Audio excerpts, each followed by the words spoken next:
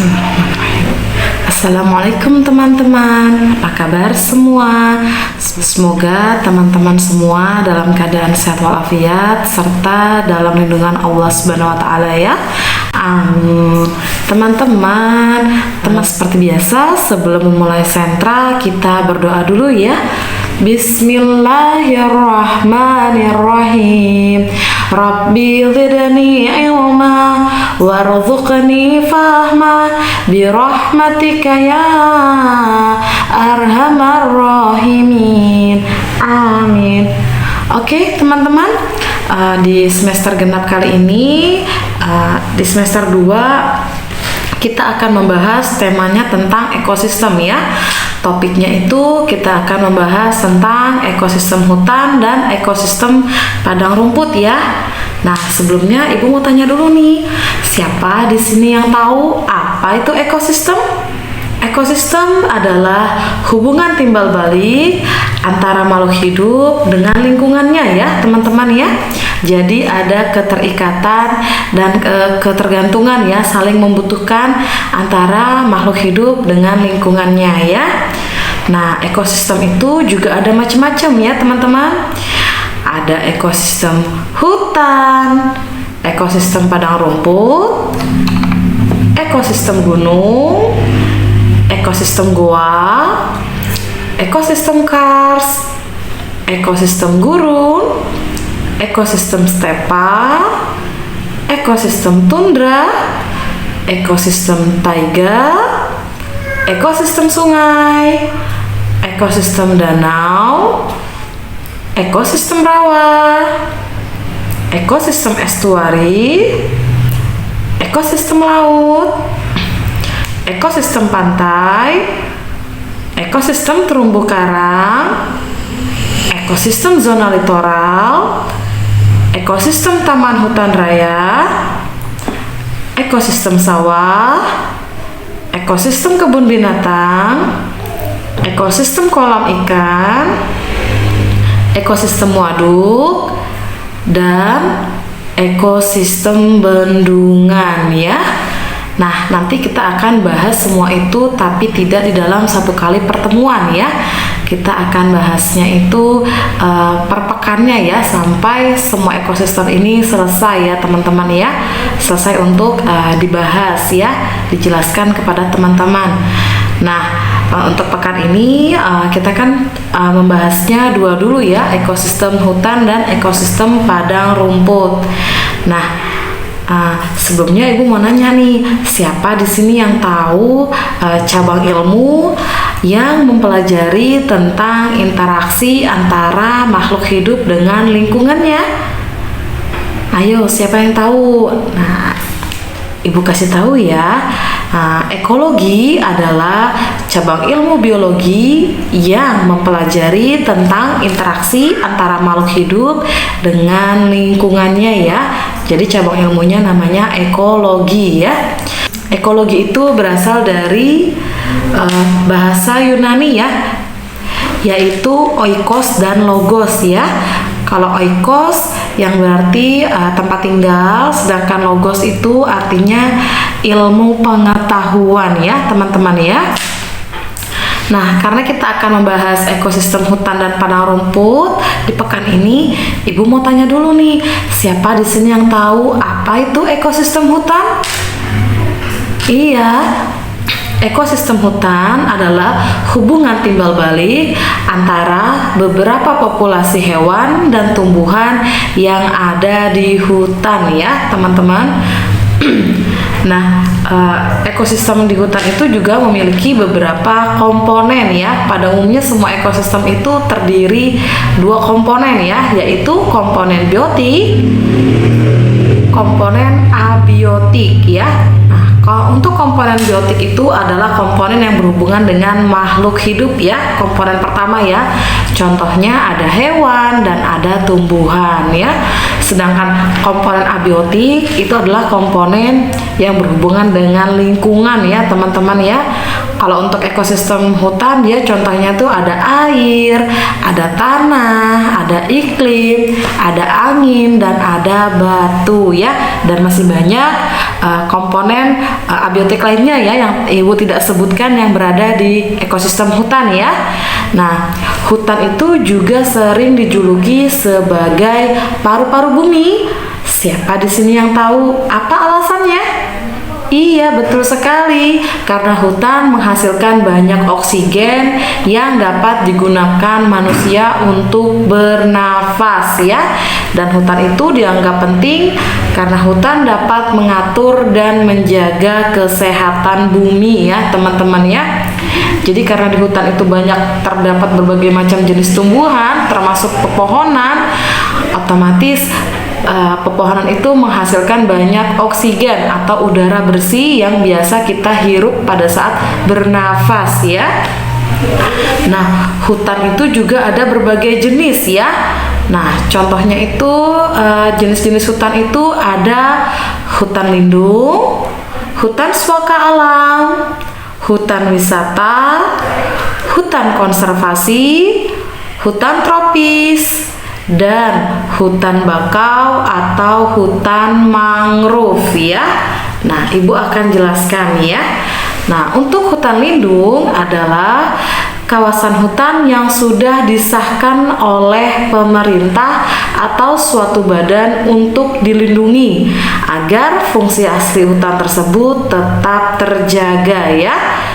Nah, kalau hutan suaka alam itu adalah kawasan hutan yang memiliki fungsi sebagai kawasan pengawetan keanekaragaman tumbuhan dan hewan serta ekosistemnya ya, teman-teman ya. Nah, hutan suaka alam tuh juga ada dua macam ya.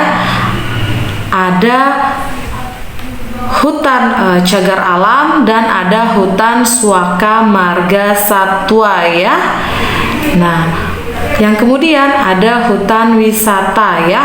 Hutan wisata adalah kawasan hutan yang dipelihara secara khusus untuk kepentingan pariwisata ya. Biasa digunakan untuk rekreasi dan kebudayaan ya. Sedangkan hutan konservasi adalah kawasan hutan milik negara yang memiliki tujuan untuk melindungi dan melestarikan kehidupan yang ada di dalamnya agar bisa menjalankan fungsinya secara maksimal ya. Nah, kok fungsi atau pengertian dari hutan konservasi dengan hutan lindung itu sama ya Bu? Bedanya di mana? Ada yang tahu? Ya, Ibu jelaskan ya. Perbedaannya itu terletak pada fungsinya ya. Kalau hutan lindung itu fungsi utamanya adalah sebagai penyangga kehidupan agar tetap berjalan dengan memberikan perlindungan dari bencana seperti banjir, kekeringan, erosi, dan penurunan cadangan air ya, khususnya air bersih ya. Nah, sedangkan hutan konservasi itu fungsinya itu sebagai perlindungan secara keseluruhan ya atas ekosistem yang ada di dalamnya ya, dan biasanya itu sering dimanfaatkan sebagai sarana pariwisata dan penelitian ya. Nah, kita ke hutan berikutnya ya. Hutan tropis ya. Nah, hutan tropis adalah hutan yang sering disebut juga sebagai hutan hujan tropis ya. Nah, hutan tropis itu adalah hutan yang selalu basah dan lembab yang dapat ditemui di wilayah sekitar Khatulistiwa ya. Negara kita termasuk negara yang dilewati oleh garis Khatulistiwa ya. Jadi kita banyak sekali terdapat hutan tropis atau hutan hujan tropis ya. Nah, hutan berikutnya adalah hutan bakau atau hutan mangrove ya. Di beberapa semester yang lalu, Ibu juga pernah menyinggung soal hutan bakau atau hutan mangrove ya. Nah, hutan bakau atau hutan mangrove ini adalah hutan yang tumbuh di air payau. Siapa di sini yang masih ingat air payau itu apa sih? Iya, betul sekali. Adalah pertemuan antara air tawar dengan air asin ya, biasanya air laut ya. Nah, adapun beberapa fauna atau hewan yang biasanya terdapat di dalam hutan ya. Ada gajah, ada singa, ada harimau, ada beruang, ada ular, ada gorila, ada orang utan, dan ada berbagai macam jenis burung-burung ya. Dan itu pun masih banyak lagi fauna atau hewan lainnya yang tidak Ibu sebutkan ya. Nah, begitu juga dengan flora atau tumbuhan yang biasanya terdapat di dalam hutan ya. Ada berbagai jenis pohon, misalnya pohon jati, pohon ulin, dan pohon pinus ya. Dan masih banyak juga jenis pohon-pohon lainnya ya, teman-teman ya. Terus ada yang namanya floranya itu jamur, lumut, tanaman paku, bunga bangkai, dan berbagai jenis tumbuhan atau bunga dan tanaman lainnya ya teman-teman ya, yang terdapat pada ekosistem hutan ya. Nah, kita akan berpindah kepada ekosistem padang rumput ya. Nah, apa sih ekosistem padang rumput itu?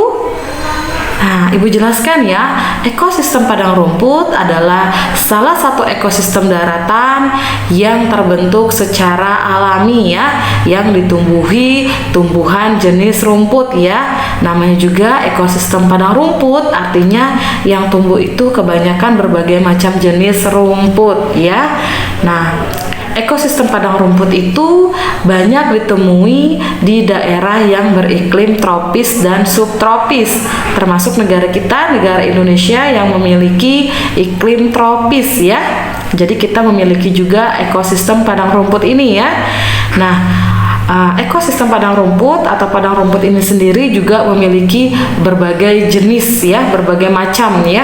Nah, contohnya itu ada padang rumput sabana atau savana, padang rumput stepa, padang rumput prairie, dan padang rumput tundra ya. Nah, adapun fauna atau hewan yang biasa ditemui di ekosistem padang rumput ada gajah, ada rusa, ada kuda liar, ada zebra, dan ada berbagai macam jenis serangga ya. Dan masih banyak fauna lainnya yang tidak Ibu sebutkan ya.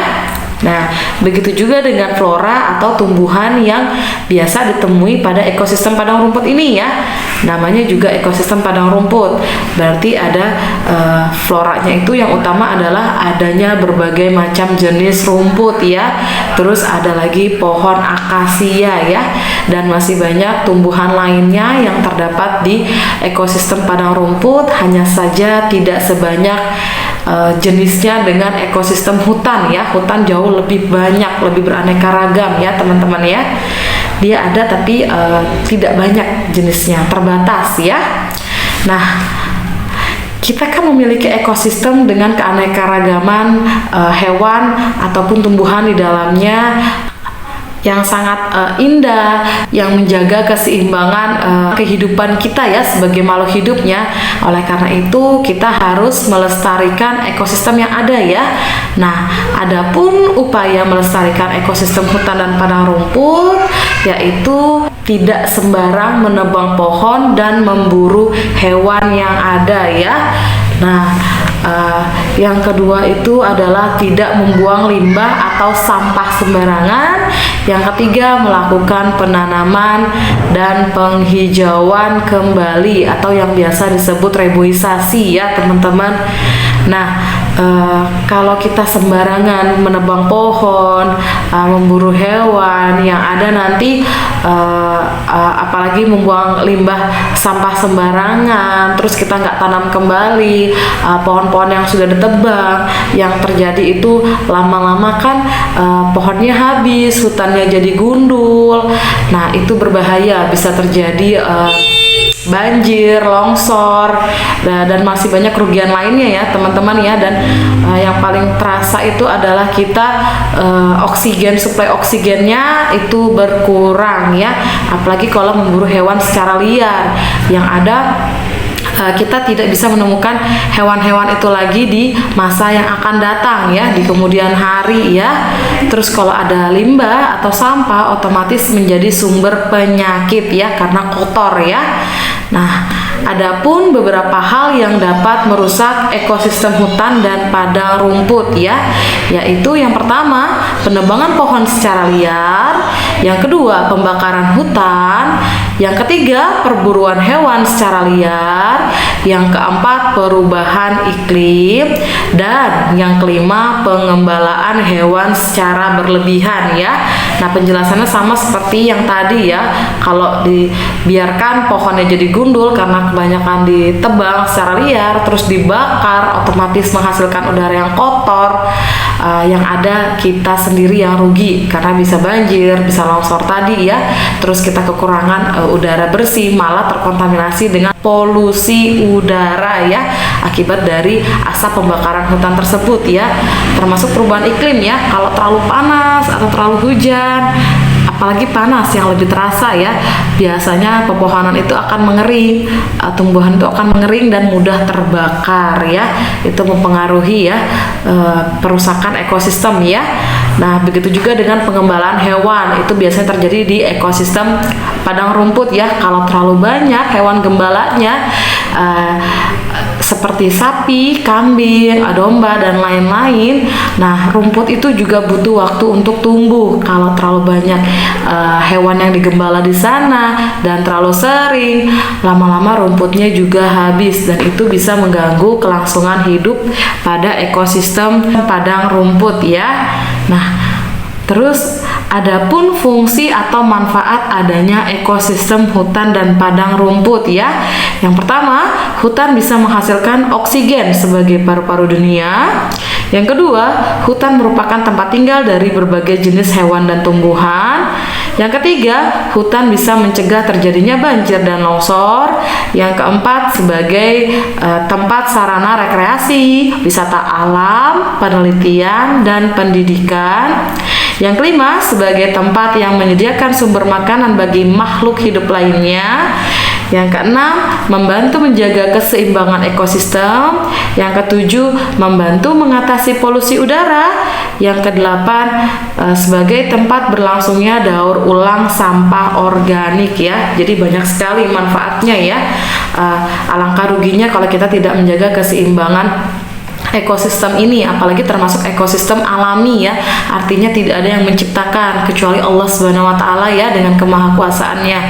Nah, teman-teman pastikan kita sama-sama menjaga ekosistem yang ada dengan tidak merusak ya, dengan tadi hal-hal yang sudah Ibu sampaikan ya, karena banyak sekali manfaatnya ya.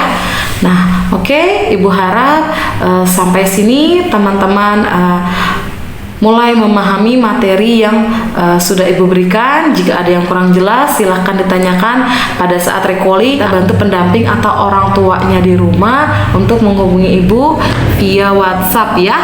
Nah, teman-teman seperti biasa pesan Ibu, pastikan teman-teman jaga kebersihan, jaga kesehatan, makan makanan yang bergizi, istirahat yang cukup, rajin mencuci tangan, pastikan di rumah saja, tidak kemana-mana. Jika teman-teman ingin keluar pun pastikan menggunakan masker, face shield, dan membawa hand sanitizer. Dan pastikan teman-teman untuk berdoa ya, semoga Allah Subhanahu wa taala segera mengangkat wabah virus corona ini dan tidak ada lagi wabah-wabah virus penyakit lainnya, agar kita dapat hidup dengan nyaman, hidup dengan normal, dapat beraktivitas kembali, teman-teman bisa sekolah lagi, ketemu lagi dengan sesama teman-teman, ketemu lagi dengan bapak dan ibu guru ya.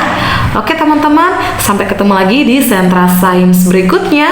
Assalamualaikum warahmatullahi wabarakatuh.